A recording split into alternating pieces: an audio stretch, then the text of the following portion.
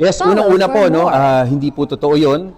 Pangalawa, ngayon, galing akong committee meeting. So sa totoo, hindi ko naman po napanood yung statement niya. May marami sa inyo nagte-text lang sa akin at tumatawag.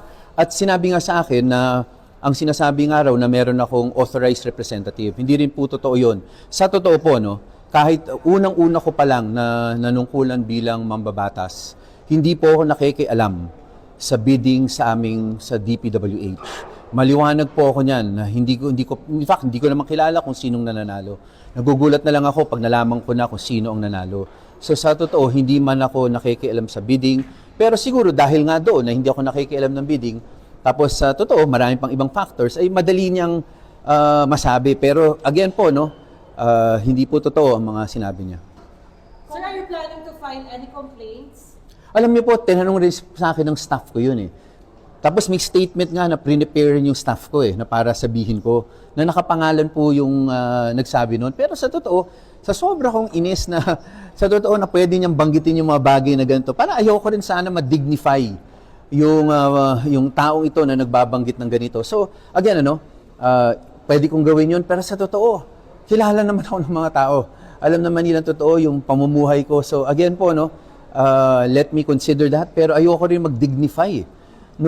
Kasi if you do that, mag-uumpisa na po yan. Lahat na lang, pwedeng kung ano-ano sabihin tungkol sa kahit sino sa akin na magdi-dignify pa ba ako ng bawat ano. Pero kilala naman ako ng tao, pwede naman nila makita talaga yung pamumuhay ko. At hindi talaga ako never po ako nakipag-meet sa mga contractor. Yung sa DE po, sa totoo po, syempre nakikita ko siya dahil magre-report po sa amin kung ano yung mga proyekto. At gusto ko rin pala mabanggit, karamihan o kung hindi almost all nung flood control projects po na nasa lungsod ng Pasig, sa totoo po, hindi po ako yung nagpasok niyan. Sa totoo, siguro nagulat rin ako na napakarami. Pero sa totoo, kailangan naman talaga. Example po, meron kami sa Bully Creek sa Santa Lucia. Yun, ginawang na flood control yun. Alam ko, national yun una, tapos kasi kailangan talaga doon, nung Undoy, lumubog po ang barangay Santa Lucia namin.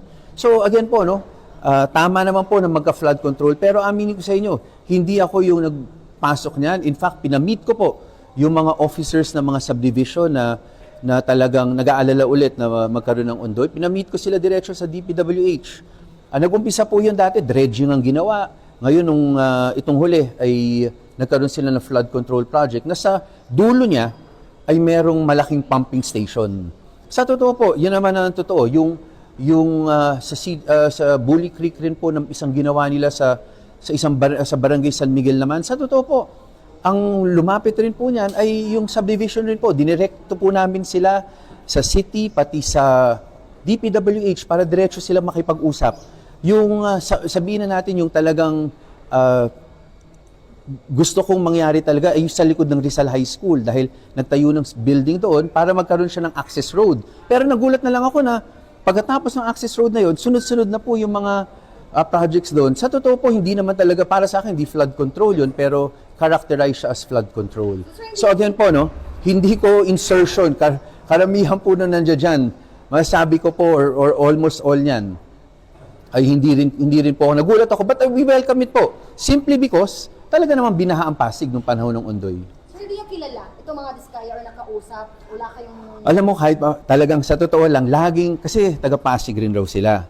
Lagi sila nagtatry po na maka-meeting kami. Sa totoo po, naging sa isang binyagan ata, nakasama ko rin sila. Minsan po, bigla na lang makikita ko sila dyan, nagtatry po. Sa totoo po, ang dami pong lumalapit sa akin na kung pwede raw akong makausap ng mga diskaya. Pero hindi talaga po ako pumapayag. Hindi naman dahil sila yun, pero sa totoo, kahit sinong contractor po, pag nalaman ko, hindi naman po ako nakipagkita talaga kasi ayoko talaga magka-impluwensya. Lalo na sa Pasig, minsan may magsasabi sa akin na, Congressman, kami yung taga-Pasig, sana matulungan mo kami. Pero hindi talaga ako nakikialam Pero again, it makes it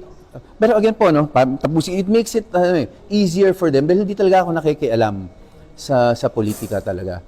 So, politika ba ito? Tingin niyo politika ito na kayo ni Mayor Vico? Again, mahirap naman. Again, and it is not my place to say that. Kasi, again, self-serving yun Pero masasabi ko lang, sa totoo, this past few weeks, lalo na, talagang chinecheck ko rin Dahil tinanong ko lahat ng flood control project sa lungsod ng Pasig at nakita ko naman po, sa totoo, nalaman ko meron talagang iba doon sa kanila. Hindi ko kasi alam na sila yung nanalo eh. Pero karamihan naman po ay natatapos naman po. That's why, again po, no, nagugulat ako sa allegation na ganito. Again po, let the people decide na lang at the end of the day. Kasi ano pa masasabi mo, parang he said, she said talaga ang lumalabas eh. Pero when it comes to evidence, you're confident na walang mailalabas Ay, wala na po. ebidensya na kayo ay nagbulsa, kumuha Wala ng pera, po. like black and center? Wala po. Wala talaga po. Kahit sa pamumuhay ko po, makikita niyo naman. Sir, you're saying na puro kasinungalingan itong mga sinabi ng mga staff. Ang sinabi sa akin ng staff ko, sinabi niya na merong nag-claim na para sa akin. So again po, no, hindi ko pwedeng pabulaan yung sinabi niyang yun kasi hindi naman niya sinabi na ako mismo. Eh. Wala rin statement na gano'n eh. Di ba? So ang dapat magsabi nun ay yung mga sinabi niya, nagsabi na ako yung para sa akin, hindi ako. Purely hearsay to, sir, yung mga pinagsasabi Ay, natin.